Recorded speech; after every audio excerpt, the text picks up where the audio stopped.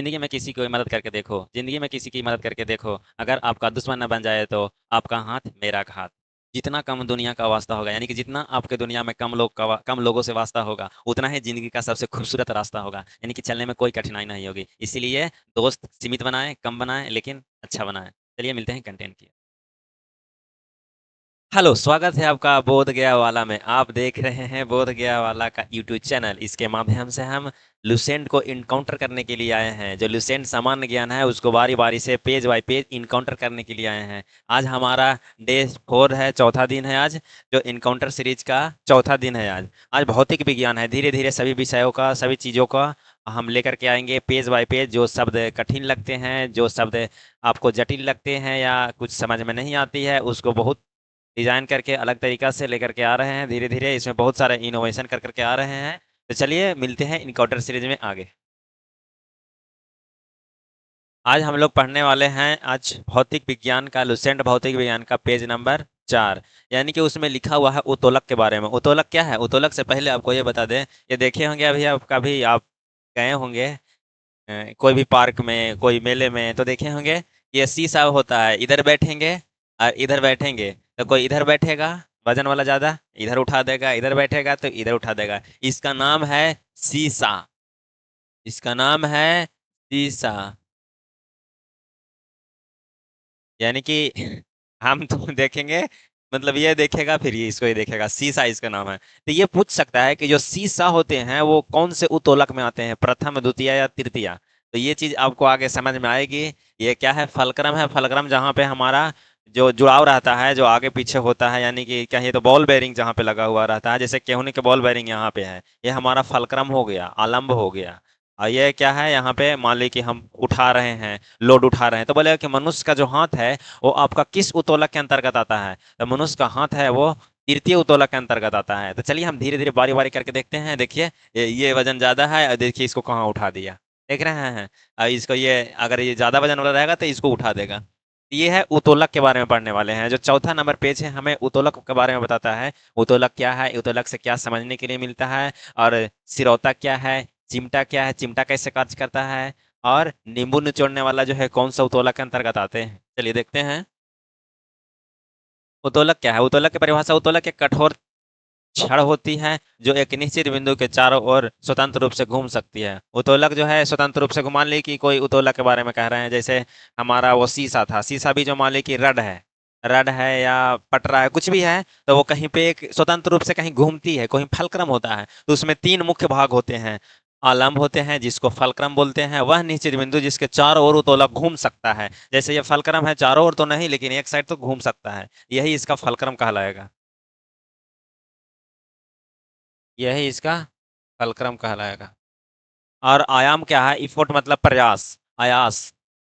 आयास क्या है? इफोर्ट यानी प्रवास। वह बल जो भार उठाने के लिए लगाया जाता है, वह बल जो भार उठाने के लिए लगाया जाता है उसे क्या कहते हैं? आयास कहते हैं। आयास यानी कि इफोर्ट कहते हैं। ठीक है। और भार क्या होता है? वह वस्तु या वजन जिसे उठाया जाता है, जिससे जिसके बल जो जिसे उठाया जाता है, जिसे उठाया जाता है उसको भार कहते हैं। और उठाने के लिए जो बल का प्रयोग किया जाता है उसे कहते हैं आयास, कहते हैं, इफोर्ट कहते हैं। और आलम क्या है? आलम क्या है? फलक्रम होता है जहाँ पे वस्तु स्वतंत्र रूप से घूमती है, आगे पीछे होती है, उसे क्या कहते हैं? फलक्रम होते हैं। तो चलिए हम देखते हैं पहले कि ये कौन कौन चीज कहाँ पे है। फर्स्ट में कौन सा है, सेकंड में कौन सा है, थर्ड में कौन सा है। देखिए कैंची। कैंची ये घूमने वाला जगह यहाँ है। लोड यहाँ देते हैं। लोड मतलब हम लोग काटते हैं कैंची से ना, उसी को जहाँ पे हमको, जैसे कैंची का उपयोग क्या है? किसी चीज को, किसी वस्तु को कट करना।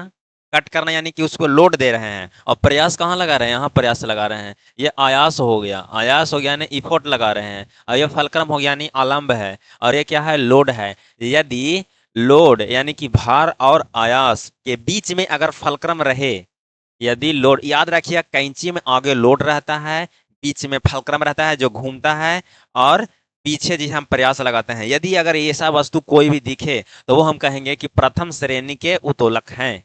चाहे कोई भी वस्तु हो, जैसे तराजू देखिए, तराजू देखिए, इफाट यहाँ पे हम बटखारा लगाते हैं, बटखारा रखते हैं, और यहाँ पे कोई वस्तु रखते हैं, लेकिन फलक्रम इसका कहाँ है? बीच में है, तो ये प्रथम श्रेणी के अंतर्गत आएगा। हैंड पंप देखिए, हैंड पंप के फलक्रम है यहाँ पे है, फलक्रम यहाँ भी यहाँ कह सकते हैं, लोड लेता है पानी और यहाँ प्रयास लगाते हैं। तो फलक्रम कहाँ है हमारा, बीच में है, ऐसे सोचना है। जरूरी नहीं है कि आपको जो भी चीज है वो उदाहरण में ही बता दिया जाए, वो ऐसा कॉन्सेप्ट रहता है जो हमें आगे भी किसी चीज को ही बता सकते हैं कि ये प्रथम श्रेणी के उत्तोलक है या द्वितीय श्रेणी के उत्तोलक है या तृतीय श्रेणी के उत्तोलक है। जैसे में कील वाला में आगे लोड रहता है, फलक्रम यहाँ रहता है, प्रयास यहाँ से लगाते हैं। तो ये चीज क्या है आपको समझाती है कि प्रथम जो उत्तोलक होते हैं वो उसमें फलक्रम बीच में होते हैं, और भार और लोड, भार जो है लोड भार यानी लोड और प्रयास दोनों के बीच में फलक्रम होते हैं। शीशा देखिए, शीशा में है, फलक्रम कहाँ पे है, बीच में है, यहाँ लोड है, यहाँ प्रयास लगाते हैं। कोई अगर व्यक्ति मोटा है और पतला है तो वो प्रयास करता है कि उसको उठा दें, तो ये प्रयास कर रहा है, यहाँ पे लोड है और यहाँ पे क्या है, फलक्रम है। पिलास में भी ऐसा ही होता है, ये पिलास का नहीं दे दिया है, ये दे दिया है, ये द्वितीय उत्तोलक के दे दिया है, ये गलत दे दिया है, पिलास अलग होता है। पिलास में यहाँ फलक्रम रहता है, ठीक ना, यहाँ फलक्रम रहता है और यहाँ पे लोड रहता है, आप देखे होंगे, और यहाँ प्रयास लगाते हैं। ये फलक्रम पिलास लिखा हुआ है लेकिन ये प्लास नहीं है, सिरौता का चित्र दे दिया है, ठीक है। साइकिल का ब्रेक है, साइकिल का ब्रेक है, हम लोग ब्रेक लगाते हैं, और फलक्रम कहाँ रहता है, नीचे रहता है, लोड कहाँ रहता है, पीछे जो चक्का को पकड़ता है। तो ये आपको सोचना है, दिमाग लगाना है कि जो प्रथम उत्तोलक होते हैं उसके अंतर्गत क्या क्या आ सकते हैं, ऐसा सोचना है, ठीक है। तो आगे बढ़ते हैं, चलिए देखते हैं द्वितीय श्रेणी के उत्तोलक।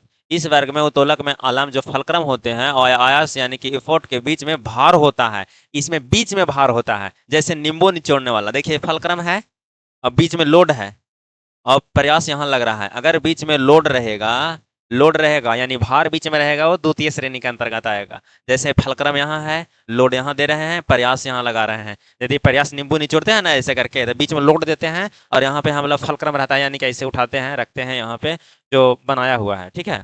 नींबू निचोड़ने का मशीन जो है रस निकालने के लिए उपयोग किया जाता है, तो ये क्या है, हमारा द्वितीय श्रेणी है। देखिए सिरौता है जिसे अखरोट तोड़ने के लिए होता है, देखिए यहाँ पे फलक्रम है, बीच में अखरोट रखते हैं और यहाँ हम लोग प्रयास लगाते हैं। तो बीच में यदि लोड आ जाए, बीच में यदि लोड आ जाए, जैसे नींबू वाला याद रखिएगा, नींबू वाला याद रखेंगे तो बीच में हम लोग लोड लगाते हैं और हम प्रयास पीछे से लगाते हैं और फलक्रम आगे रहता है, बीच में लोड रहता है। तो ये हम ये कह सकते हैं कि हमारा ये क्या है, हमारा द्वितीय श्रेणी के उत्तोलक है, ठीक है। और हमारा खैनी काटने वाला ऐसे हम खैनी काटने के लिए प्रयास लगाते हैं और लोड बाहर निकलता है। लोड कहाँ, देखिए यहाँ लोड, बीच में लोड देते हैं, फलक्रम कहाँ रहता है, अलग रहता है, ठीक है।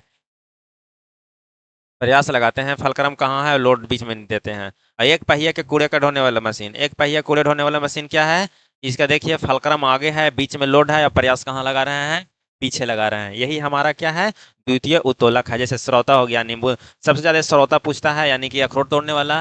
और हमारा क्या बोलते हैं, पान खाते हैं तो सुपारी होता है, वो सुपारी काटने वाला भी इसी के अंतर्गत आते हैं, द्वितीय श्रेणी के अंतर्गत आते हैं, क्योंकि आगे फलक्रम रहता है, बीच में लोड रहता है, हम लोग हाथ से दबाते हैं, ठीक है। और सिरौता हो गया, नींबू निचोड़ने वाला मशीन हो गया, खैनी काटने वाला मशीन हो गया, एक पहिए के कूड़ेदान की गाड़ी हो गया। ये सब हमारा किस में आता है, द्वितीय श्रेणी में आता है। तृतीय श्रेणी में क्या आता है कि हमारा जो है, पहला देख लिए, पहले फलक्रम बीच में रहेगा, फलक्रम बीच में रहेगा तो प्रथम। अगर लोड बीच में रहेगा तो क्या कहलाता है, लोड बीच में रहेगा तो हमारा क्या कहलाएगा, द्वितीय। और हमारा अवरी जो है तीन ही होता है ना, एक होता है फलक्रम, एक होता है इफोर्ट यानी प्रयास आयास, और एक होता है लोड। तो लोड तो बीच में हो गया, फलक्रम भी हो गया, अब प्रयास बीच में होगा। यदि प्रयास बीच में होगा तो हमारा तृतीय श्रेणी के अंतर्गत आएगा। तो देखिए चिमटा, चिमटा है या फलक्रम है और बीच में लोड है, तो हम लोग बीच में ना पकड़ के उठाते हैं, हम लोग बीच में पकड़ के उठाते हैं, ठीक है। हम लोग बीच में ना चिमटा पकड़ते हैं, बीच में पकड़ते हैं रोटी को उलटने के लिए, बीच में पकड़ते हैं या जिलेबी छानने के लिए, ये सब जो है तो हम लोग बीच में प्रयास लगाते हैं, इसीलिए ये तृतीय श्रेणी के अंतर्गत आते हैं, बीच में है। और हमारा हॉकी स्टिक है, मछली पकड़ने की, ये क्या है, छड़ी है। और ये बेलचा है, बेलचा हम लोग बीच में प्रयास लगाते हैं, ठीक है। ये देखिए चिमटी है, ये कैसे हम लोग बीच में पकड़ते हैं, और यहाँ फलक्रम है, यहाँ प्रयास लगते हैं, बीच में है। ये झाड़ू में भी वैसा ही है, बीच में हम लोग करते हैं, बैट में भी वैसा ही है, ठीक है। प्रयास कहाँ से लगता है, बीच से लगता है, फलक्रम आ गया है, ठीक है। ये सब कोई कोई चीजें जो है, इसमें चिमटा मेन है, चिमटा के लिए देख लीजिए। और मनुष्य का हाथ है, मनुष्य का हाथ जो क्या है, लोड आगे दिया हुआ है और प्रयास बीच में लग रहा है, फलक्रम पीछे है, ठीक है। ये हमारा तृतीय श्रेणी के अंतर्गत आता है। चलिए चौथा देखिए,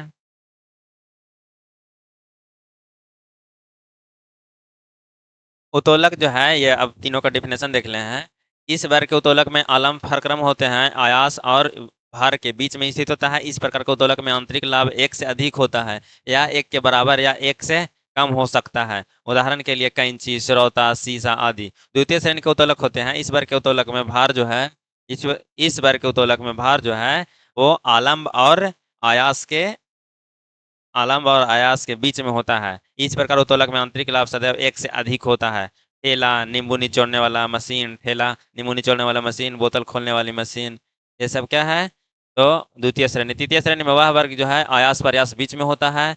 इस प्रकार के उत्तोलक के आंतरिक लाभ सदैव एक से कम होता है। ये पूछता है कि तृतीय श्रेणी में, तृतीय उत्तोलक में जो क्या होते हैं, यांत्रिक लाभ होती है, वो हमारा एक से कम होता है। जैसे चिमटा, मनुष्य का हाथ। गुरुत्व केंद्र क्या है? Centre of gravity. किसी वस्तु का गुरुत्व केंद्र वह बिंदु है जहां वस्तु का संपूर्ण भार कार्य करता हुआ माना जाता है। वस्तु को किसी भी स्थिति में रखा जाए, उसका भार गुरुत्व केंद्र से होकर नीचे की ओर कार्य करता है। गुरुत्व केंद्र जैसे पृथ्वी जो है, पृथ्वी अपनी ओर किसी वस्तु को आकर्षित कर सकता है, उसी को ग्रेविटी कहते हैं, गुरुत्वीय केंद्र कहते हैं।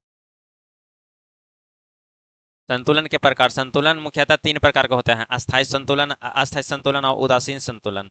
यदि किसी वस्तु को किसी यदि किसी वस्तु को उसकी संतुलन स्थिति से थोड़ा सा विस्थापित किया जाए, तो वह बल हटाने पर वह पुनः अपनी पूर्व स्थिति में आ जाए। ऐसी संतुलन को अस्थायी संतुलन कहते हैं। यदि इस किसी वस्तु को थोड़ा सा विस्थापित किया जाए, थोड़ा सा बदला जाए, थोड़ा सा उसका स्थान बदला जाए, तो वह पूर्व की स्थिति में आ जाता है। उदाहरण से हम समझेंगे, पूर्व स्थिति में आ जाए तो उसे क्या कहते हैं? अस्थायी संतुलन कहते हैं। और अस्थायी संतुलन, यदि किसी वस्तु को उसकी संतुलन अवस्था से थोड़ा सा विस्थापित करने पर वह बल हटने के बाद वह पुनः संतुलन की अवस्था में न आए, तो ऐसे संतुलन को अस्थायी संतुलन कहते हैं। और उदासीन संतुलन क्या कहता है? यदि किसी वस्तु को उसकी संतुलन स्थिति से थोड़ा सा विस्थापित करने पर उसका गुरुत्वीय केंद्र उसकी ऊंचाई पर बना रहे और छोड़ने पर वस्तु नई स्थिति में संतुलित हो जाए, तो वह क्या कहलाता है? संतुलित यानी कि उदासीन संतुलन कहलाता है। चलिए देखिए, इसमें आपको समझ में आएगा कि संतुलन के तीन नियम के बारे में। वो कैसा है? देखिए, संतुलन की स्थिति गेंद के कटोरे में है, थोड़ा सा हटाने पर वह पूर्व पहले की स्थिति में आ गया है। इसका निष्कर्ष है कि हटाओ, छोड़ो, वापस आ जाए, क्या कहलाता है? अस्थायी संतुलन कहलाता है।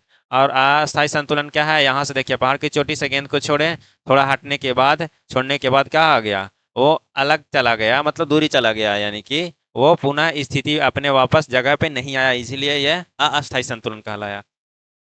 और देखिए, समतल जमीन पर गेंद थोड़ा सा हटाने पर आगे बढ़ गया, छोड़ने पर यहाँ हो गया, तो ये क्या है कि स्थिति में संतुलन रह जाती है। यदि किसी वस्तु को उसकी संतुलन स्थिति से थोड़ा हटने पर वह नई स्थिति में ही संतुलित रह जाए, नई स्थिति में, जैसे यहाँ था, थोड़ा सा हटाने के बाद छोड़ने पर यही स्थिति रह गया, तो वो क्या कहलाता है? वापस ना आए और ना ही दूर जाए, तो उसे मतलब एक जगह स्थिर हो गया, तो हम समझें कि उदासीन संतुलन है।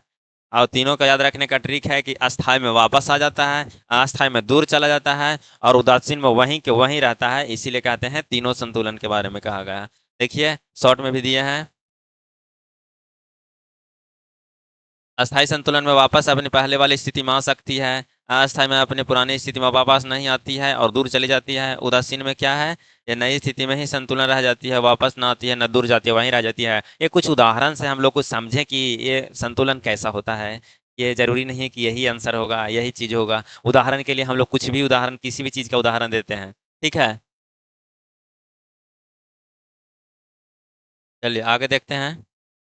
अस्थाई संतुलन के शर्तें क्या हैं?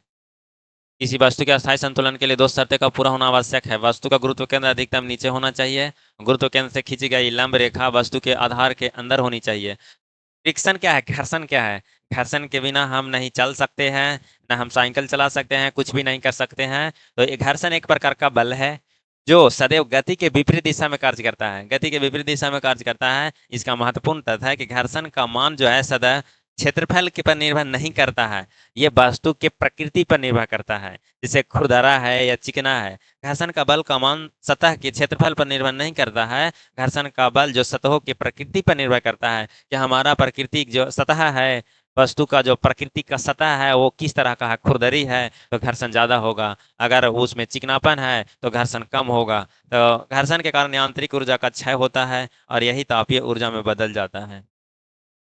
रगड़ने के बाद देखते हैं गर्म हो जाती है। याद रखने वाले है कि घर्षण गति का विरोध करने वाला बल है, सही बात है। अस्थायी संतुलन वस्तु वापस आ जाती है, और अस्थायी में वस्तु वापस नहीं आती है, और नई स्थिति में भी संतुलन बना रहता है। कौन सा? उदासीन वाला में। चलिए आगे देखते हैं कि घर्षण के प्रकार हैं। घर्षण मुख्यतः चार प्रकार के होते हैं। अस्थैतिक यानी पिंड की स्थिर अवस्था में है, और सीमांत घर्षण यानी पिंड की गति प्रारंभ करने की अवस्था में है, और गतिज यानी सर्पी आकार का होता है, पिंड की सतह फिसलने की अवस्था में रहती है, और लोटनिक मतलब लुढ़क कर लुढ़कने की अवस्था में होती है। घर्षण का स्थैतिक मतलब होता है पिंड की स्थिर अवस्था में होती है, और सीमांत घर्षण मतलब पिंड की गति यानी कि सीमा के अंत पे जाकर रुक जाती है, उसी को सीमांत घर्षण कहते हैं। अस्थैतिक मतलब स्थिर करती है। और गतिज ऊर्जा है, गतिज में यानी सर्प का आकार का है, ऐसे ऐसे चलता है ना, सर्प वाला सर्पीली घर्षण है जो पिंड के सतह के फिसलने की स्थिति को दर्शाता है। और लोटनी क्या है? पिंड के लुढ़कने की अवस्था में लोटनी घर्षण कहते हैं। महत्वपूर्ण क्रम क्या है? स्थैतिक घर्षण बड़ा है किससे? गतिज से यानी सर्पी से, और सर्पी से बड़ा है लोटनिक, यानी कि सबसे कम इसमें होता है घर्षण, ठीक है, लोटनिक में। घर्षण गुणांक होता है कोफिशिएंट ऑफ फ्रिक्शन। बल घर्षण बल अभिलंब प्रतिक्रिया बल के समानुपाती होती है, एफ इम्प्रोपोर्शनल टू आर। ठीक है, अतः आर क्या है इसमें? आर है अभिलंब की प्रतिक्रिया बल है, एफ है फ्रिक्शन है यानी कि घर्षण बल है, और म्यू क्या है? ये देख रहे हैं कि घर्षण के गुणांक का है, इसीलिए घर्षण गुणांक का मान 0 से 1 के बीच होता है। घर्षण गुणांक एक विमाहीन तथा इकाई रहित राशि है। घर्षण गुणांक पूछेगा कि इसका बीमा क्या होती है, तो इसका बीमा रहित है, बीमा इसमें नहीं होती है। कार्य के बारे में है, किसी वस्तु पर लगाएंगे बल तथा बल की दिशा में हुए विस्थापन के गुणनफल को कार्य कहते हैं। यदि कुल्ली कुल्ली अगर 5 kg का बोरा लेकर के अगर मान ली कि कहीं भी चला जाता है तो वह कार्य कितना किया? कार्य शून्य किया। क्यों? फिजिक्स के अनुसार यदि कोई वस्तु जो है बल लग रहा है नीचे की ओर विस्थापित हो रहा है ऐसे, तो विस्थापित हो रहा है सामने और बल लग रहा है नीचे की ओर, तो यह एंगल बन रहा है वो 90 डिग्री का एंगल बन रहा है। यदि 90 डिग्री का एंगल बनेगा तो कोस 90 का मान 0 होता है, यानी कि डब्ल्यू बराबर यानी कि वर्क बराबर एफ एस कोस थीटा होता है। एफ मतलब होता है बल, एस मतलब विस्थापन, और कोसेक थीटा मतलब जो होता है थीटा का मान डालना है, तो कोसेक थीटा का मान 90 डालना है तो 0 हो जाएगा, यानी कि वर्क 0 हो जाएगा। देखिए बल बराबर होता है बल, कार्य बराबर बल गुने विस्थापन, वर्क बराबर एफ एस कोस थीटा होता है। एफ एस कोस थीटा, कोस के जगह पर अगर यहाँ थीटा की जगह पर 90 रखेंगे तो 90 का मान 0 होता है। तो कुल्ली कहेगा कि कुल्ली हम काम नहीं किए हैं, तो उसको पैसा कैसे देंगे बताइए? यदि बल एफ है तथा विस्थापन एस के बीच में कोण थीटा बनता है तो एफ एस कोस थीटा कहलाता है। और कार्य का ऐसा मात्रक जूल होता है, ऊर्जा का भी ऐसा मात्रक जूल होता है। कार्य के महत्वपूर्ण तथ्य क्या है? यदि बल और विस्थापन के बीच कोण 90 डिग्री हो तो किया गया कार्य शून्य होगा। अभी हमने बताया कि कार्य शून्य होगा। यदि बल और विस्थापन के बीच कोण 0 डिग्री हो तो कार्य अधिकतम काम होगा, यानी कि 0 डिग्री के बनेगा तो अधिकतम काम होगा। किया गया कार्य धनात्मक भी हो सकता है, ऋणात्मक भी हो सकता है, शून्य भी हो सकता है। ऊर्जा, यदि किसी वस्तु में कार्य करने की क्षमता को ऊर्जा कहते हैं। कार्य करने की क्षमता, हमारे अंदर जितना क्षमता है वो ऊर्जा कहलाता है। ऊर्जा एक अदिश राशि है, इसका सही मात्रक जूल होता है। और ऊर्जा का संरक्षण के नियम कहता है कि ऊर्जा को न तो उत्पन्न किया जा सकता है और न ही नष्ट किया जा सकता है, यह केवल एक दूसरे के रूप में परिवर्तित किया जा सकता है। अगर कोई वस्तु में अगर ऊर्जा लुप्त होती है, खत्म होती है, तो कहीं ना कहीं किसी चीज में जाके वो मिलती है, कहीं ना कहीं प्रकट होगी, तो यहाँ से लुप्त होगी तो वहां जाके प्रकट होगी। यानी कि ऊर्जा का संरक्षण के नियम कहता है कि ऊर्जा को नहीं तो उत्पन्न किया जा सकता है और न ही इसको नष्ट किया जा सकता है, एक दूसरे के ऊर्जा में परिवर्तित किया जा सकता है। ऊर्जा के प्रमुख प्रकार हैं गतिज ऊर्जा, और हम देखेंगे कि स्थितिज ऊर्जा। तो गतिज ऊर्जा, यदि किसी वस्तु में उसकी गति के कारण कार्य करने की जो क्षमता होती है, गति के कारण जो कार्य करने की क्षमता हो उसे गतिज ऊर्जा कहते हैं। जैसे काइनेटिक एनर्जी यानी कि गतिज ऊर्जा बराबर हाफ एम वी स्क्वायर होता है, हाफ एम वी स्क्वायर होता है। और यही सूत्र जो है एम बराबर द्रव्यमान है और भी बराबर वेग है। यदि दो पिंडों के गतिज ऊर्जा समान हो, यदि दो पिंडों के गतिज ऊर्जा समान हो तो अधिक द्रव्यमान वाले पिंड का वेग कम होगा। यदि दो पिंड जो है उसका गतिज ऊर्जा समान है, तो पूछ सकता है कि यदि दो पिंडों का गतिज ऊर्जा समान है तो अधिक द्रव्यमान वाले पिंड का वेग क्या होगा? कम होगा या ज्यादा होगा? तो क्या होगा? वेग कम होगा। स्थितिज ऊर्जा क्या है? किसी वस्तु में उसकी स्थिति या विशेष अवस्था के कारण कार्य करने की जो क्षमता होती है उससे स्थितिज ऊर्जा कहते हैं। गुरुत्वीय स्थिति ऊर्जा क्या है कि ऊंचाई पर रखी वस्तु को गुरुत्वीय स्थिति ऊर्जा कहते हैं। जैसे पोटेंशियल एनर्जी यानी कि स्थित ऊर्जा mgh, m से द्रव्यमान, g से गुरुत्वीय और गुरुत्वीय त्वरण, और ये क्या हो जाता है h से ऊंचाई। जहाँ ये त्वरण हो गया, यहाँ द्रव्यमान हो गया, ऊंचाई होगा, ऐसा ऐसे मात्रा क्या होता है दोनों का, चाहे गतिज ऊर्जा हो या कोई नॉर्मल ऊर्जा हो या स्थित ऊर्जा हो, सबका ऊर्जा का ऐसा मात्रा जूल होता है। बांध में संचित पानी स्थित ऊर्जा, जैसे बांध है ना, बांध के अंदर जितने भी लोड दे रहे हैं ऊर्जा है वो क्या है स्थित ऊर्जा है। और हमारा तीर तीर धनुष वाला में जो संचित ऊर्जा है स्प्रिंग में है, ये सब हमारा क्या है दबी हुई खिंची हुई स्प्रिंग है, उसमें सब में स्थित ऊर्जा है। और खिंचा हुआ रबर बैंड में है स्थित ऊर्जा है। चलिए आगे देखते हैं। एक नज़र में देख लें कि घर्षण बराबर होता है F बराबर क्यू आर न्यू बोलते हैं इसको, W बराबर एफ एस कोस थीटा है। गतिज ऊर्जा काइनेटिक एनर्जी बराबर होता है हाफ एम बी स्क्वायर। स्थितिज ऊर्जा बराबर होता है पोटेंशियल एनर्जी मतलब mgh होता है। ऊर्जा का इकाई जूल होता है, कार्य का इकाई मात्रक भी जूल होता है। जिंदगी में किसी की मदद करके देखो, जिंदगी में किसी की मदद करके देखो, अगर आपका दुश्मन न बन जाए तो आपका हाथ मेरा हाथ। जितना कम दुनिया का वास्ता होगा, यानी कि जितना आपके दुनिया में कम लोगों से वास्ता होगा, उतना ही जिंदगी का सबसे खूबसूरत रास्ता होगा, यानी कि चलने में कोई कठिनाई नहीं होगी। इसीलिए दोस्त सीमित बनाएं, कम बनाएं, लेकिन अच्छा बनाएं। चलिए मिलते हैं कंटेंट की।